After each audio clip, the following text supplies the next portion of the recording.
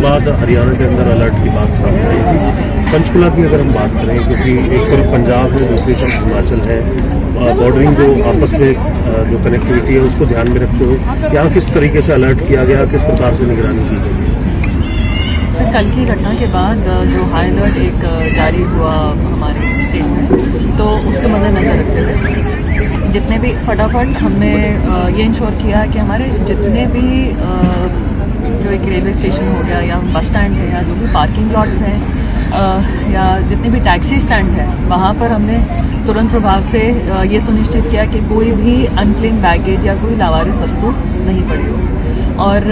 In fact पिछले हफ्ते ही हमने ये भी अभियान चलाया था कि जितने भी पुरानी गाड़ियाँ खड़ी हुई थी सिटी एरिया में, उनको हमने चेक किया था और उनको इम्पाउंड कर लिया था। बाकी साथ ही साथ आज हमने जितने भी सेकेंड हैंड कार्स के डीलर्स होते हैं उनके पास भी जाके ये चेक किया है, उनके रिकॉर्ड्स चेक किए हैं कि उन्होंने बीते कुछ दिनों में गाड़ियाँ किसको बेची हैं, और यदि उसमें से कोई भी सस्पेक्टेड बंदा लग रहा है तो उसकी वेरिफिकेशन की जा रही है। सो फार हमारे ज़िले की नील रिपोर्ट आई है, सारी वेरीफाइड हैं। और जहाँ तक कि आपने इंटरस्टेट बॉर्डर्स की बात करी, तो उसमें भी चेकिंग हमने 3-4 एक हफ्ते पहले भी नाकाबंदी अपनी सुनिश्चित करी थी, और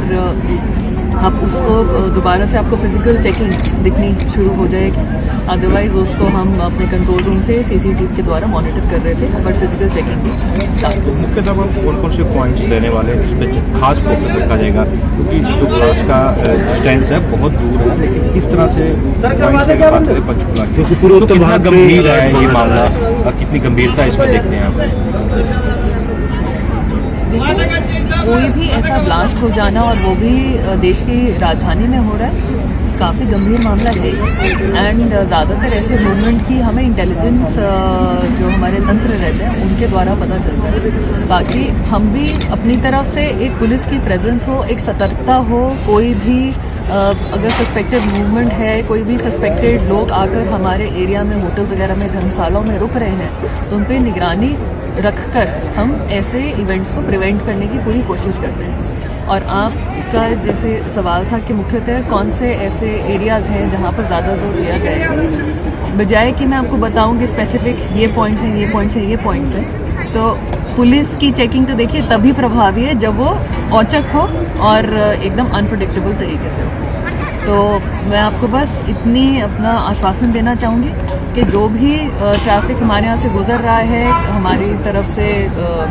चाहे दूसरे स्टेट से एंटर कर रहा है या एग्जिट कर रहा है, उस पर निगरानी रखी जाए। मैडम, अनआइडेंटिफाइड गाड़ियों की बात तो आपने की कि हमने एक तो वो जो गाड़ियाँ पुरानी जो कुछ आप बता रहे हैं इम्पाउंड की है, उनकी संख्या क्या है, दूसरा जो डीलर्स से आपने बात की है उसकी जो वेरिफिकेशन में कितनी गाड़ियाँ जो है वेरीफाई आपने सो फॉर अभी तक के इतने कम टाइम स्पेंड में? जी,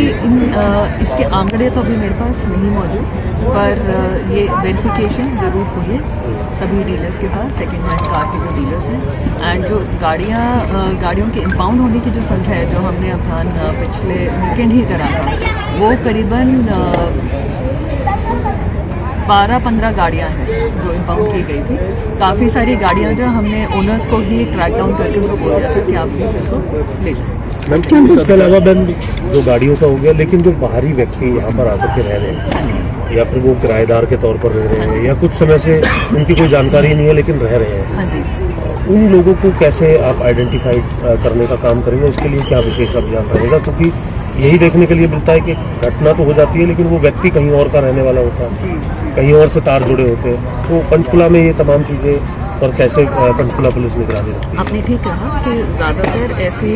जो घटनाएं होती हैं उनको अंजाम देने में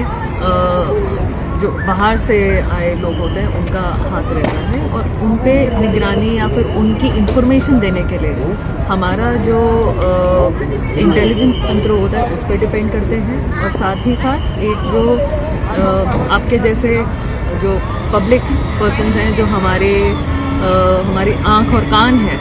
ऑन द ग्राउंड, उनसे भी हमें इंफॉर्मेशन इनपुट आती है। मैम, सुरक्षा को देखते हुए पुलिस अधिकारियों की छुट्टी भी कोई कैंसिल की गई है, या मतलब जितनी VIP मूवमेंट्स रहती है यहाँ पे पंचकुला में, तो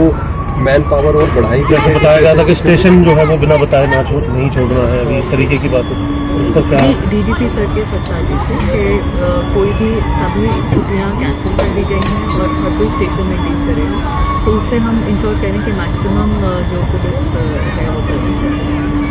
मैम कोई पुलिस बल भी बढ़ाया गया है नाके पर रिगार्डिंग इसी जो हादसा उसके रिगार्डिंग कोई चेकिंग के लिए? हम जो हमारी पुलिस है प्रेजेंट, मतलब जो थानों में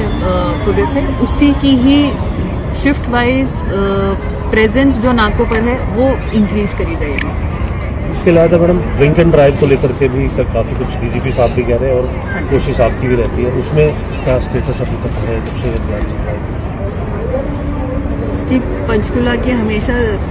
तुलना एक हमारे जो नेबरिंग डिस्ट्रिक्ट्स हैं या नेबरिंग स्टेट्स हैं उनसे की जाती थी, तो